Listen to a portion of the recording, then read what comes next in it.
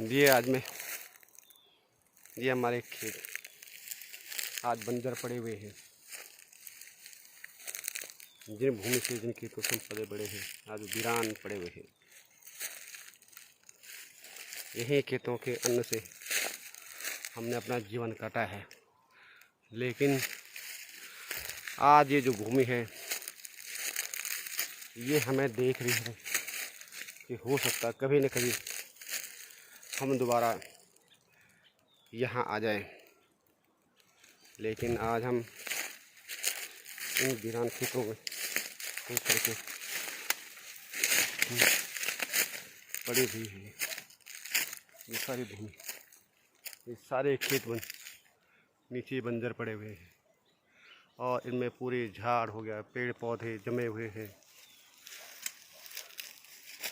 ये हमारा बचपन इन खेतों में यहीं गुजरा था और यहीं से हम पल बढ़ करके इन्हीं खेतों से, यहाँ आय का कोई स्रोत नहीं था अन्य, केवल एक खेती थे जिनसे हमारा अन्न का उत्पादन होता था।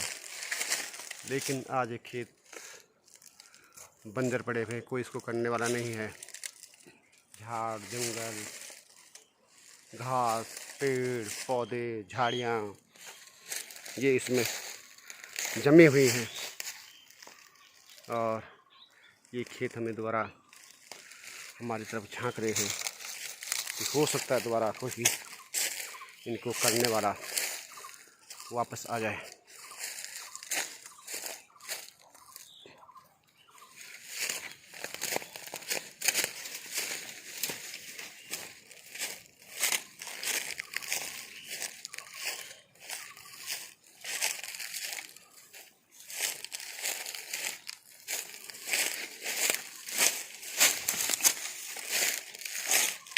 ये यहाँ पर भट दादी यहाँ रहती थी इस मकान में और ये मकान अब खंडर पड़ा हुआ है।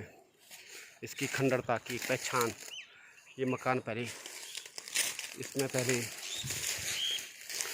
भट दादी यहाँ निवास करती थी और अकेले इस मकान में रहती थी, जबकि इसके आसपास कोई भी मकान नहीं था उसमें। यहाँ से गांव जो बस्ती है वो बस्ती लगभग 1 किलोमीटर आगे है, पीछे छूट गई है और आगे ये जंगल है और इसके बाद 3-4 किलोमीटर आगे इस जंगल के पीछे दूसरे गांव पड़ते हैं। लेकिन ये दादी का घर हो गया। ये हमारे बचपन की यादें हैं। ये हम आते थे, खेलते थे। यहाँ संतरे के पेड़ होते थे, नींबू के पेड़ होते थे, नारंगी के पेड़ होते थे, लेकिन आज वे समाप्त हो चुके हैं। कहीं भी ये पेड़ न तो नारंगी हो गया, न संतरा हो गया, न नींबू हो गया। ये सब ये पलायन की वजह से सारे समाप्त हो चुके हैं। ये नीचे काफल का पेड़ है। ये काफल के पेड़ में हम बचपन में बहुत काफल खाया करते थे और हमारे यहाँ पर हम गायों के साथ जंगल में, ये जंगल आ गई, इस जंगल के पीछे हम गायों को जुगाने जाते थे। लकड़ी हो गया, घास हो गया, यहीं से हमने बचपन से, ये बचपन की यादें आज ताज़ा हो गई। ऐसा लगता है कि कभी हम यहाँ इस इलाके में हमने खेती की होगी। सुबह उठ करके बैलों के साथ खेतों में आकर के हल लगा करके फिर हम वापस आते थे। आगे जंगल है, इस जंगल में, इस जंगल से पीछे यहाँ हमारे ये जंगल, चीड़ का जंगल दिखाई दे रहा है। इस जंगल के पीछे हम गायों को चुगाने जाते थे। यहाँ हम लकड़ियाँ काट करके घर लाते थे। यहाँ से लगभग हमारा घर इस जंगल से, जंगल को हम जब जाते थे आगे इधर पीछे जंगल मेरी तरफ दिखाई दे रहा, इस जंगल के पीछे भी हम 1 किलोमीटर पीछे तक हम इसमें जाते थे और यहाँ से गायों को चुगाने के लिए हो गया, लकड़ी के लिए हो गया और वो ला करके फिर वहाँ से 2 किलोमीटर हम अपने गाँव में वहाँ पहुँचते थे। आज ये खेत खलिहान सब, जितने भी खेत खलिहान हैं ये सब बंजर पड़े हुए हैं। ये हमारी टोह को हमें देख रहे हैं, पुकार रहे हैं कि क्या पता जिन खेतों से हमने अपना पेट यहाँ से पाला है और आज ये खेत वीरान पड़े हुए हैं। लगता है कभी ऐसा समय आएगा कि खेतों में कि इनकी दोबारा हम उनको आबाद कर सकें, कुछ इसमें उत्पादन की प्रक्रिया कर सकें, लेकिन क्या करें, मजबूरी है।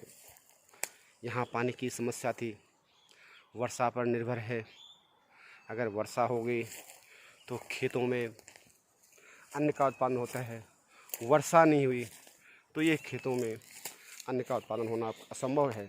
धीरे धीरे ये परिवर्तन आ रहा है और इस परिवर्तन के पर्यावरण परिवर्तन के कारण, वर्षा की कमी के कारण आज जो ये खेत हैं ये तो हरे भरे रहते थे। अभी यहाँ पे धान की फसल की बुआई होती थी और धान की फसल की बुआई के बाद फिर यहाँ निराई गुड़ाई होती थी, लेकिन आज वर्षा की कमी के कारण, समय परिवर्तन के कारण, मौसम परिवर्तन के कारण आज जो हमारी ये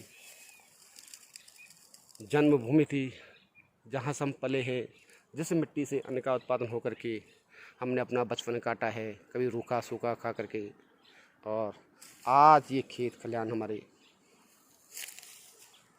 अभी तो बहुत, लेकिन ये छोटा सा एक नज़ारा हमारा है। और जो हमारी भूमि है ये लगभग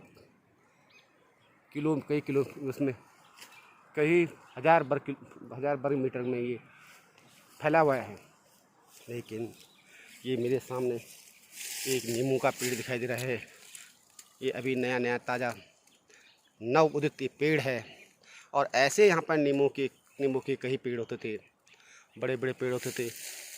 बचपन में हम पेड़ों से नींबू तोड़ते थे। ये अनार का पेड़ अभी भी हमारी बचपन की याद लाता है और बचपन में हम इस पेड़ से अनार खाते थे। अभी भी इस पर अनार पर फूल लगे हुए हैं, ये फूल इसमें दिखाई दे रहे हैं और यही हमारी पुरानी यादें बची हुई है। ये पेड़ हमारे पास अनार का पेड़ है और इससे हम क्या अनारों को तोड़ते थे, इनको खाते थे। यहाँ पर आगे यहाँ संतरे का पेड़ होता था, यहाँ पे संतरे नारंगी इसके पेड़ होते थे। जब हम यहाँ पर खेतों में आते थे तो कच्चे संतरे इस जगह पर पूरा संतरे था और संतरे लगे होते थे। हम कच्चे संतरे तोड़ करके, नारंगियाँ तोड़ करके उनको खाते थे बचपन में, क्योंकि उसमें भूख ज़्यादा थी, खाना भरपेट मिलना असंभव था। बचपन की यादें ये ताज़ा है। ये हमारी माँ भट्ट दादी की कुटिया है, यहीं पर दादी ने अपना जीवन बिताया है और अंत समय में वो यहाँ से भी छोड़ करके चली गई थी, लेकिन उनका जीवन यहीं पर व्यतीत हुआ है। भले हमने दादी को नहीं देखा है, लेकिन हमें सुना है कि यहाँ पर भट्ट दादी रहती थी और वो इसी मकान में अकेले रहती थी, जबकि यहाँ पर कोई पानी के स्रोत नहीं। यहाँ से पानी की स्रोत भी 1 किलोमीटर आगे था और उसमें बरसाती पानी होता था, नाला, वहाँ से वो पानी रहती थी। ये खेत जो यहाँ पर खड़ा आज, जहाँ पर मैं खड़ा हूँ, यहाँ नींबू के पेड़ होते थे, बड़े बड़े पेड़ थे यहाँ पर नींबू के, और हम नींबू को ले जा करके उनका अचार बनाते थे। इधर संतरा हो गया, नींबू हो गया, ये बड़ी मात्रा में हम मिलते थे। और बचपन में हम जब छोटे थे, 5 साल, ये 10 साल, 11 साल, 12 साल, 13 साल, 14 साल तक, तब हमने यहाँ से बड़ी मात्रा में नींबू का सेवन हम करते थे। ये नीचे काफल के पेड़ हैं और अभी भी हमें ये काफल के पेड़ नीचे बचपन की यादें दिलाते हैं, बचपन की ताजगी। ये काफल के हमारे पेड़ हैं नीचे, अभी इसमें काफल लगे हुए हैं, लेकिन कच्चे अभी कच्चे हैं। तो जब हम यहाँ गायों के साथ आते थे, इन पेड़ों पर चढ़ करके और काफल खाते थे। वहाँ बचपन हमारा एक सुंदर सा, मनमोहक था, शुद्ध हवा थी, शुद्ध वातावरण था। आज हम इस वातावरण से विमुक्त हो चुके हैं। काफ़ी समय बाद इस जगह पर आने का आनंद प्राप्त हुआ है और ये हमारे जीवन, जो बचपन की जो यादें हैं, इन यादों को संजोने का समय आया है। ये हमारे खेत खलिहान, नींबू के पेड़, संतरों के पेड़ और बड़दादी की कुटिया है। ऊपर मकान थे यहाँ पर, ये आज एक खंडर हो चुका है। उसके आगे यहाँ पर पेड़ों से भरमार थी, फल फ्रूट के पेड़ थे, फ्रूटों के पेड़ थे, संतरा हो गया, नींबू हो गया, नारंगी हो गया, ये यहाँ पर फैले हुए थे। आज लगता नहीं है इन खेतों को देख करके कि कभी हमने अपने बचपन को यहाँ गुजारा होगा, इन खेतों में हमने हल चलाई होगी, यहाँ हमने अन्न का उत्पादन किया होगा। बड़ा समय बड़ा ये काफल के पेड़, उसमें काफल लगे हुए हैं, अभी कच्चे हैं। एक महीने बाद इसमें का फल खाने के लिए मिलेगा हमें, लेकिन उस समय तक इस काफल के पेड़ पर ये काफल लगे हुए हैं और ये